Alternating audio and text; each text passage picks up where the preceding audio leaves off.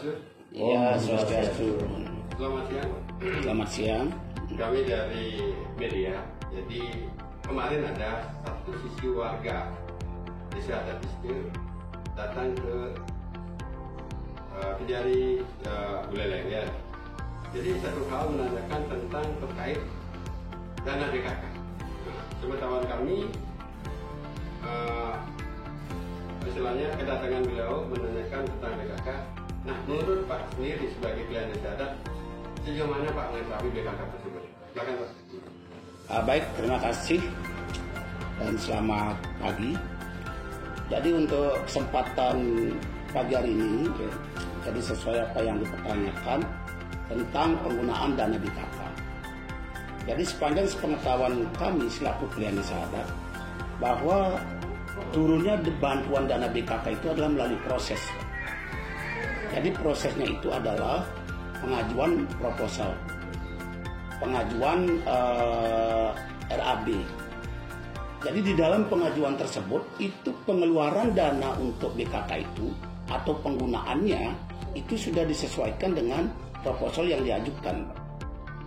Nah kemudian dia mengatakan penyalahgunaan dana BKK. Di situ saya sendiri juga nggak terima. Jadi di mananya saya salah menggunakan?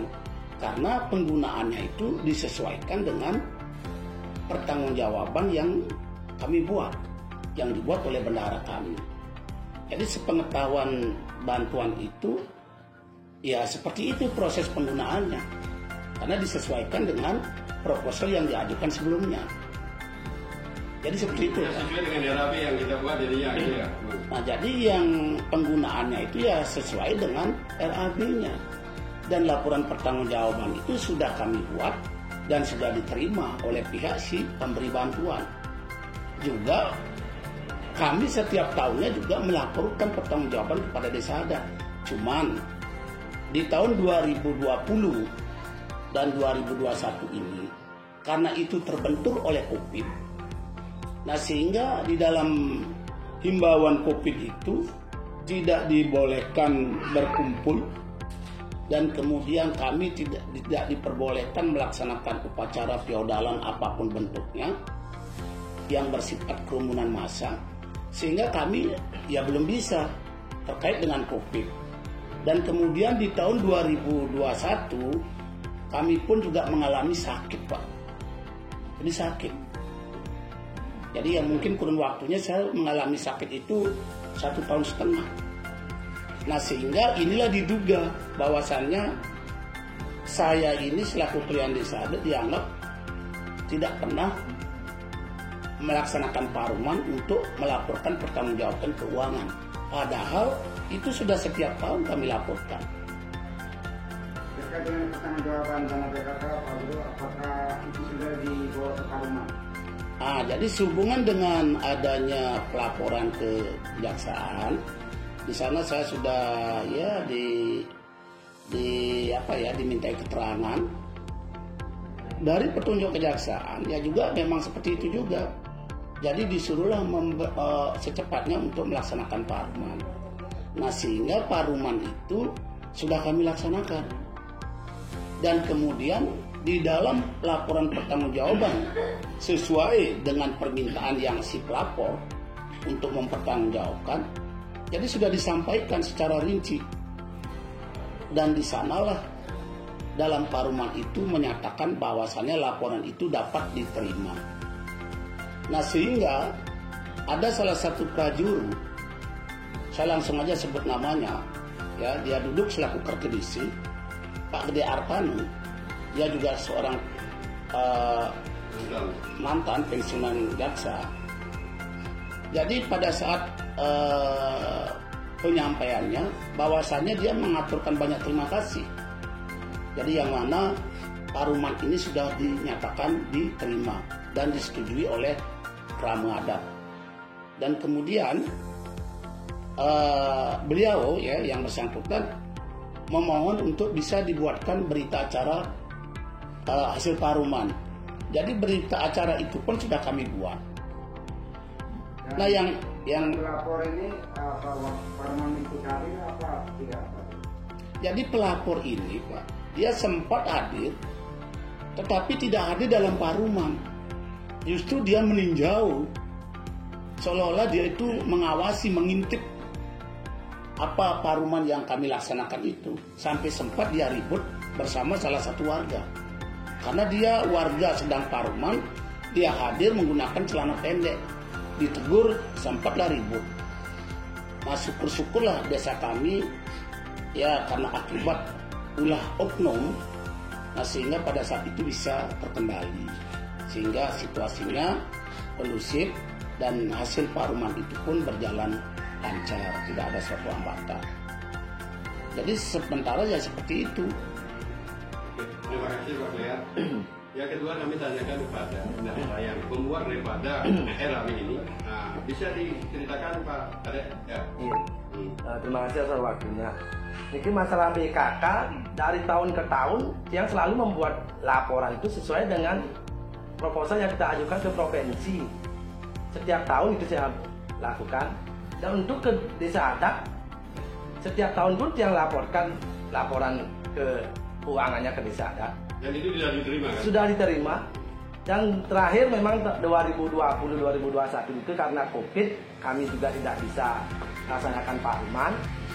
Dan terakhir pada saat tanggal 6 inilah kami lakukan paruman dan kita laporkan seluruhnya keuangan desa adat. Dan sudah diterima.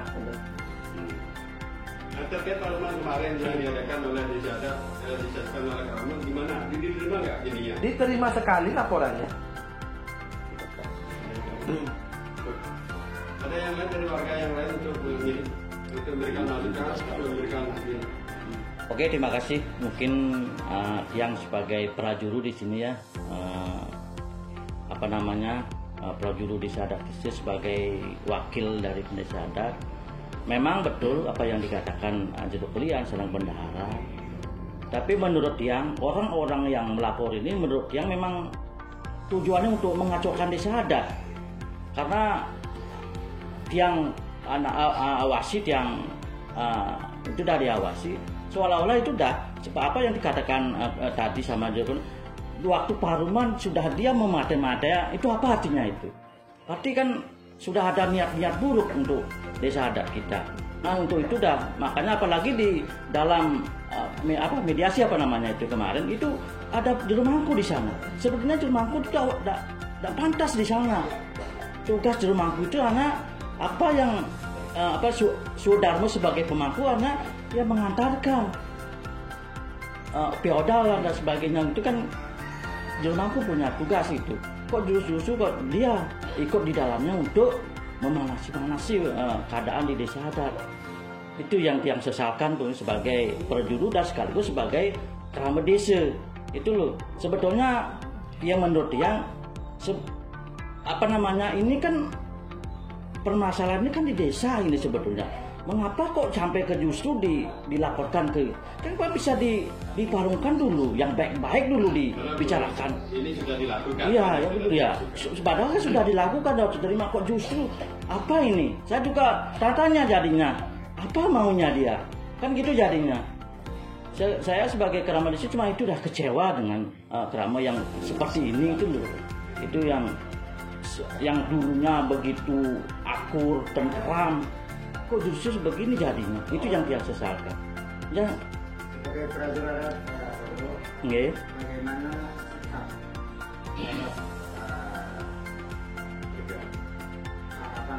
bagaimana yang menjaga nama baik dan citra, tapi justru malah yang terkutip malah rusak.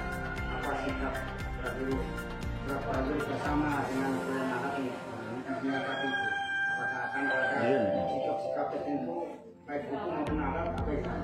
Jadi baik, terima kasih ya. Jadi saya sebagai penanggung jawab di adat, saya selaku Klian Desa Adat, memang apa yang disampaikan tadi membuat kita tanda tanya besar. Karena apa? Saya selaku Klian Desa Adat, yang mana yang dilaporkan itu adalah menyangkut tentang penyalahgunaan ke bantuan BKK.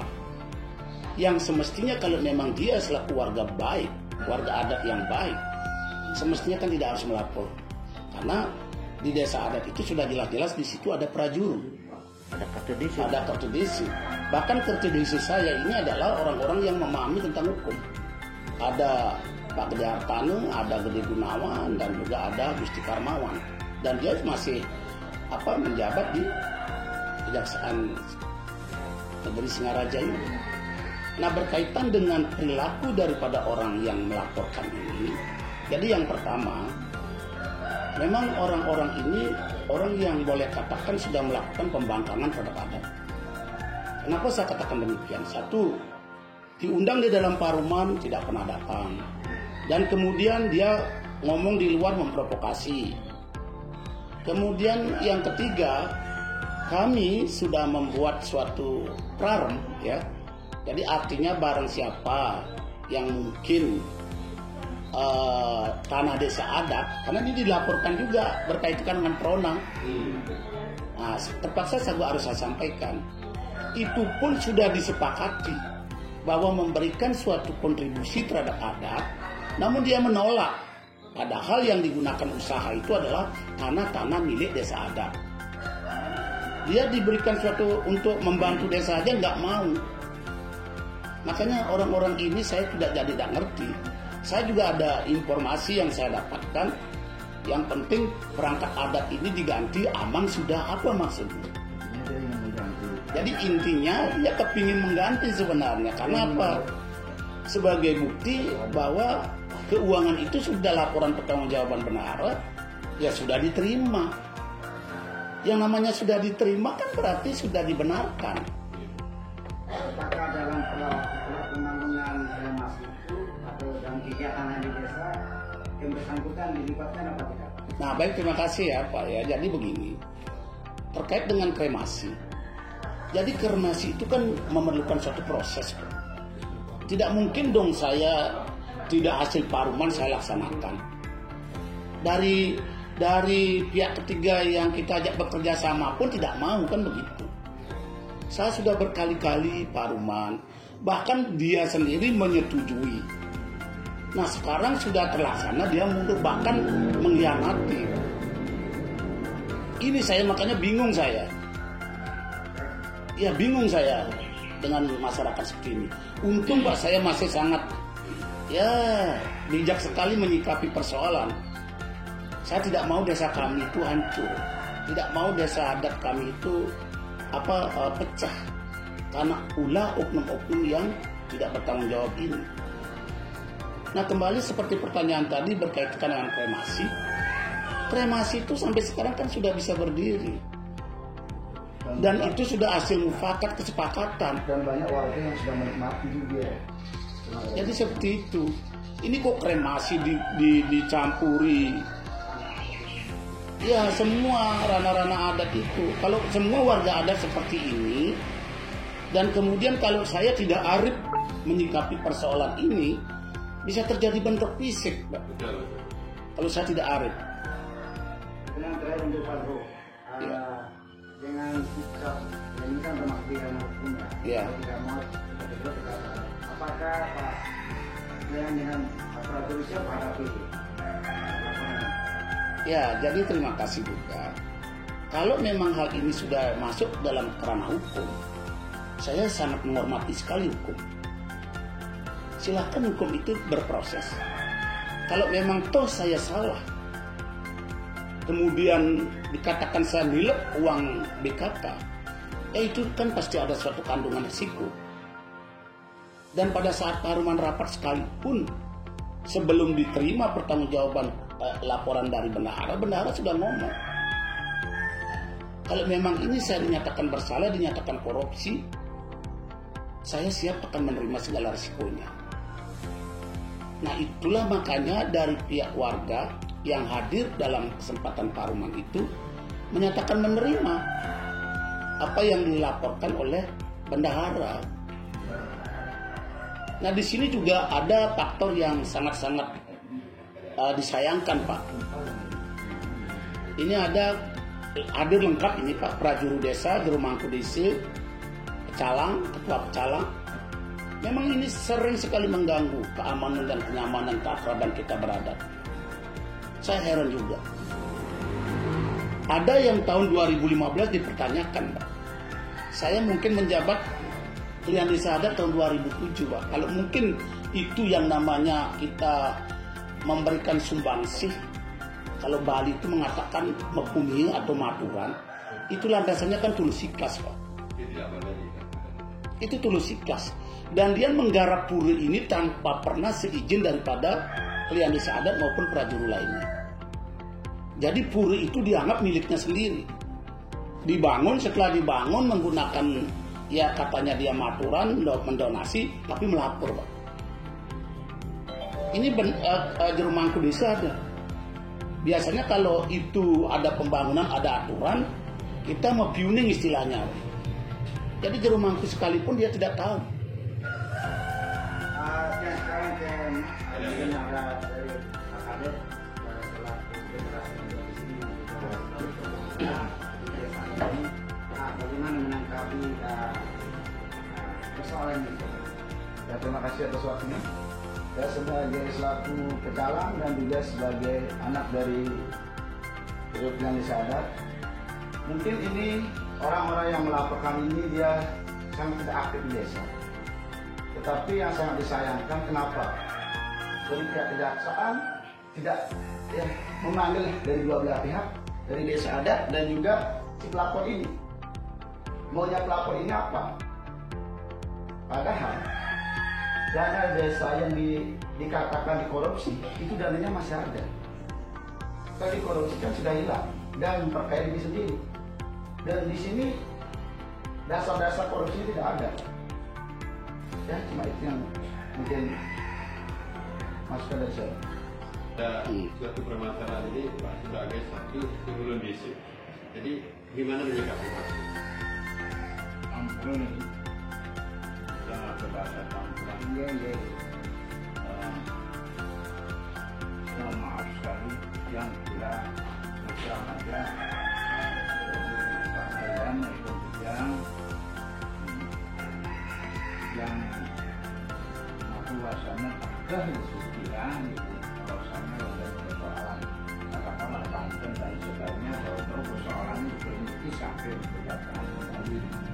Jadi menurut yang izin dari kantor persoalan ini dia nggak tahu sekali. Saya tidak tahu yang karena keadaan penting yang sudah banyak yang datang dengan akan kantor seperti ini dan tidak izin. Jadi yang sebagai kondisi dalam hal ini katakanlah yang dituangkan karena yang adalah berharap tolonglah untuk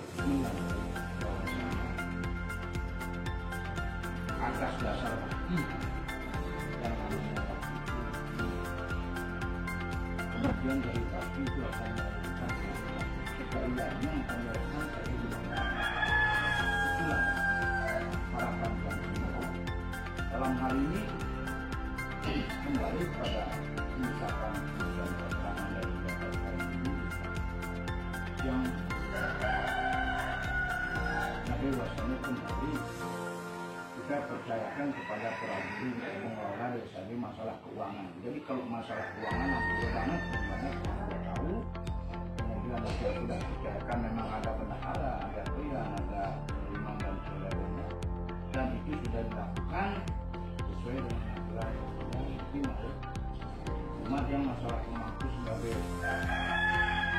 nanti di sini yang diletakkan di sini, cuma apa yang menjadi suatu landasan ada landasan pertama yang mana, cuma usaha aja yang tidak terlalu jauh mencapai urusan kunci, jadi silakan karena ada suatu komponen yang sudah melaksanakan tugasnya masing-masing dan laporan dan sebagainya.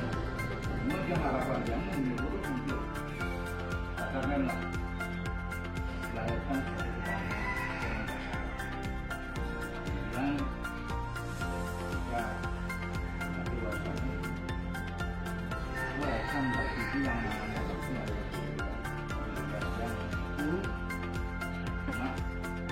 yang harap kembali berharap ada layanan dan terus terang aja bisa kita lakukan kepada generasi yang selanjutnya.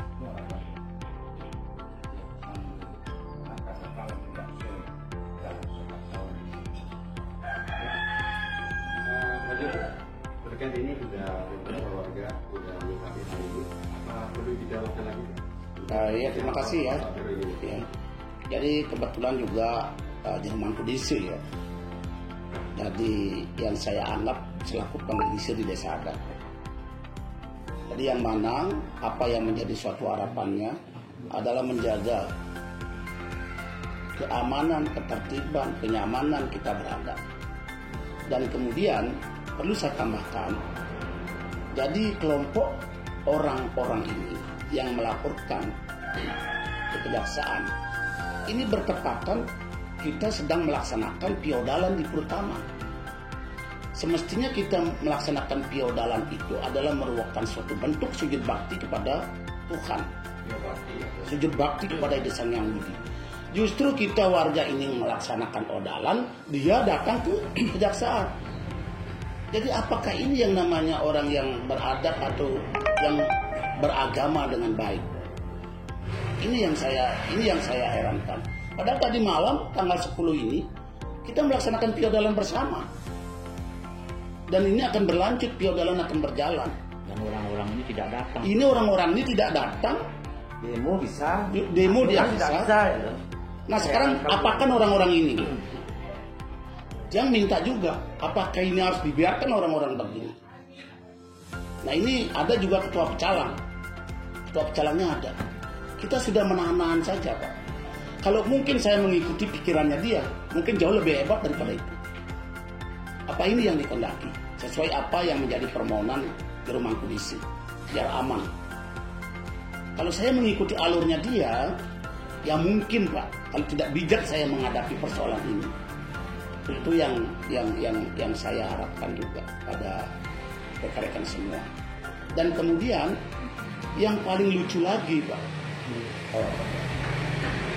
yang paling lucu lagi, yang katakan tadi, dia maturan tanpa sepengetahuan prajurit.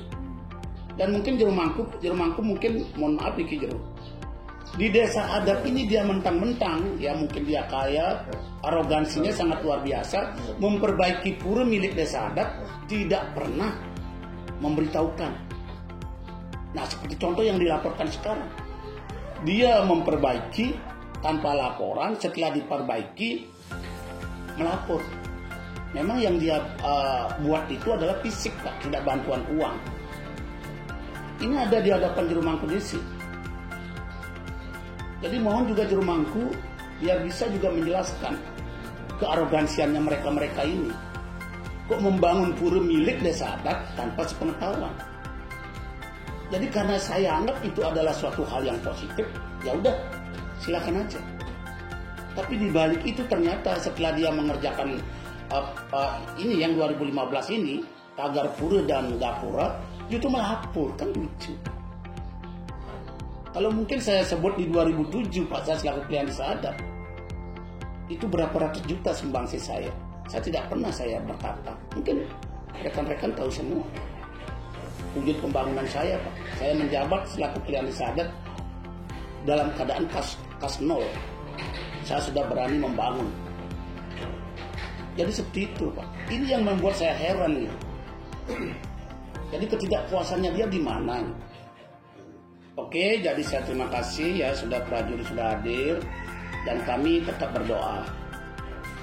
Jadi mudah-mudahan Tuhan Yang Maha Kuasa, Ide Sang Hyang Widi ya, memberikan suatu pikiran yang jernih sehingga apa yang menjadi harapan kami, mudah-mudahan hal ini dapat diselesaikan dengan baik dan tercipta situasi yang aman dalam hal kita berada.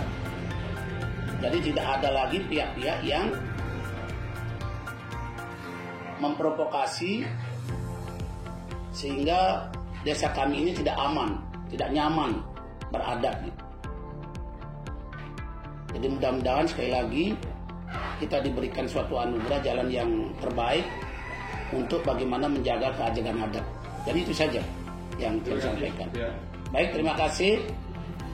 Om Santi Santi Santi Om.